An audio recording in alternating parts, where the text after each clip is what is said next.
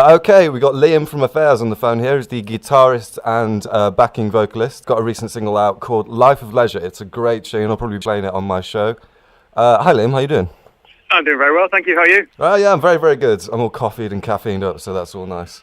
So, just talking about your single Life of Leisure, I got like kind of an editor's kind of Joy Division vibe. Maybe you get that a lot, or did you say you got other influences? Do those guys influence you at all? Yeah, I mean, I'd probably say that quite a lot comes from our frontman James Robinson. He's got quite that baritone, deep vocal going on. Yeah, I mean, I can't say we've ever really taken influence from them directly whatsoever, but I mean, we do live in Manchester. Obviously, we are from Manchester, so it's kind of maybe some of those kind of Joy Division style roots have kind of seeped in unconsciously. Oh, it's very nice. I'm appreciating the layered guitaring and everything in there. And you guys met at Hull University, is that correct? Yeah. Going back a couple of years, we all met at Hull University. Just kind of, at that point, getting to know each other, getting to know kind of writing and stuff, and kind of realizing what kind of band we wanted to be, really. But I mean, it's kind of at the time we were obviously doing kind of like university studies, so they kind of got in the way. Then as soon as we kind of got those out of the way, then obviously we started focusing on Affairs as kind of like a serious project, and then we are where we are now. Oh, was it part of a society that you met? Was there a band society there, or was it just you guys playing and having some fun? Yeah, I mean, it started just there was me and the other guitarist, Daniel.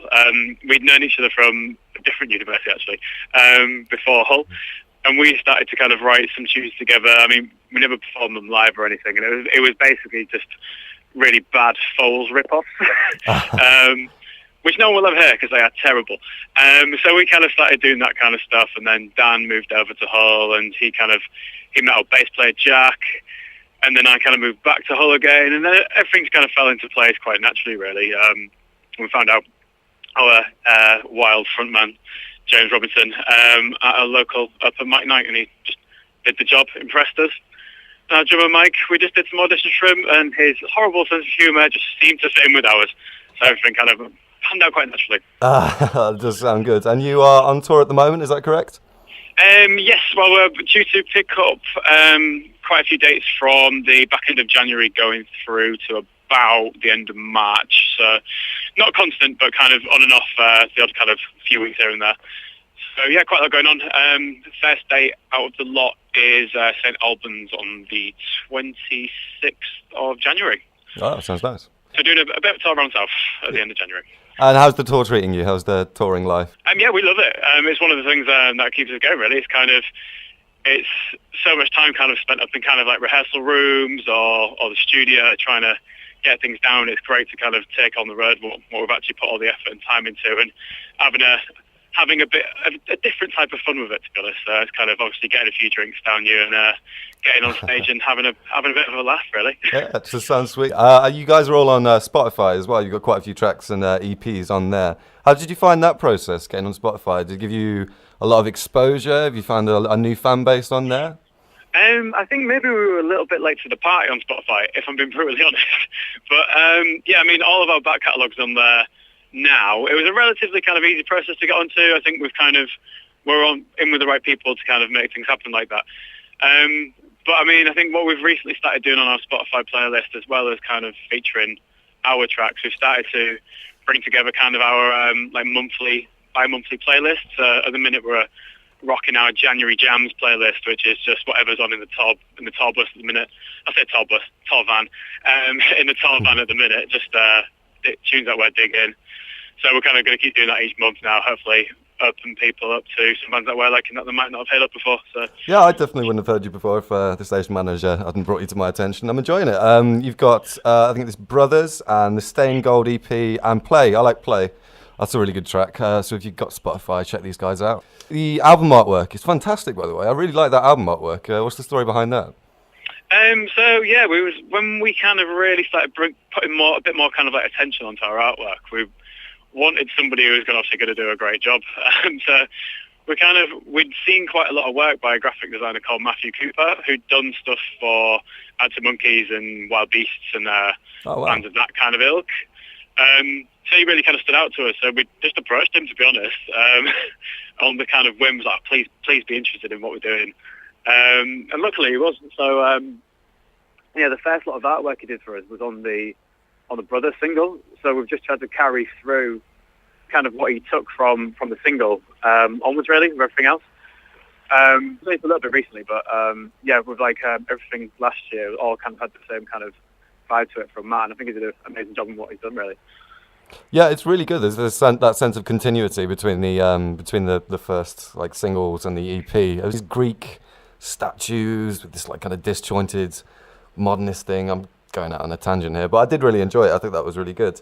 I think it was one of the things where he kind of was asking us kind of what the tracks are about and what's behind each song, and like he kind of like really delved into it from what the lyrics were about and what we were writing about. So I think it's great the fact that he did want to get involved that much with it to then create what he's created. So yeah, I mean it's come out really well. Yeah, that's great. And the recording process itself for these past few singles, how's that been for you guys? Was it fun? Yeah, it's been really good. Very eye-opening. So since the Brothers single and then up to our last single, Life of Leisure, we've actually worked with two different producers. So the first one was Ed Buller, who's worked with likes of kind of like White Lies and Suede. So yeah, first going into the studio with Ed, it was quite daunting, but yeah, at the same time, really good. So like very much opened our eyes to things we wouldn't really think about when we were writing. I think maybe we kind of got a bit too self-indulgent in what we were doing, like put about 1 million layers of synths and things in there, which weren't really needed. It's like, this synth line you've got here, it's actually really good. You don't need to like cover it up with like 10 others. So yeah, that kind of like opened our eyes with us and things like that. And then I think due to kind of like timetabling and things like that, we ended up working with a new producer for our last single, Life of Leisure, which was a guy from Leeds called James Kenosha. And he's kind of responsible for like Pulled Apart by Horses and Roads. So I think each time we've felt like we're in very comfortable hands. Each has a totally different approach to how they're producing, but both fantastic in their own ways, to be honest. I did get that impression actually from Life of Leisure to your old stuff. There is a bit of a change. I noticed that. So you'd say that's down to the producer, is it? Well, I think a mixture of both, really. I think when we first started working with Ed on the Brothers single and the Stain Gold EP, it was very much we were still finding our feet with kind of how our writing style was. Whereas I think by the time we'd kind of been through the studio experience with Ed and then we'd come out the other side of it with a product that we were really proud of. By the time we then got to Life of Leisure and we was working with James, it kind of felt like a bit more our entire writing style had changed. So we were kind of writing these kind of simpler tracks, but simpler but stronger.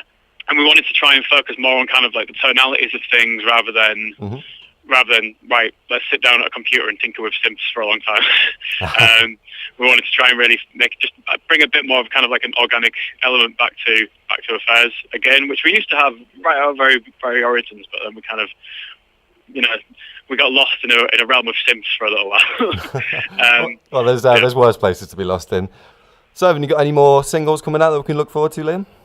Yeah, we're just actually putting the final touches onto our next single, which is called Out of the Deep, actually. There's a very sudden change at the last minute as to what we wanted to release, but yes, we're just putting the finishing touches, and that's Out of the Deep. So it's a bit more of an ambient track, so a little bit different. Sounds interesting. I look forward to it. I'll definitely stick it on a playlist. Smash 'em. I think that's about all we got time for. So Affairs have got their brand new single out, Life of Leisure, digitally available now, video available on Vivo, on YouTube, and you can find them on Spotify with their back catalogue with some fantastic artwork. Thank you very much, Liam. Thank you. Pleasure for having me. Thank you. Yeah, cheers, man.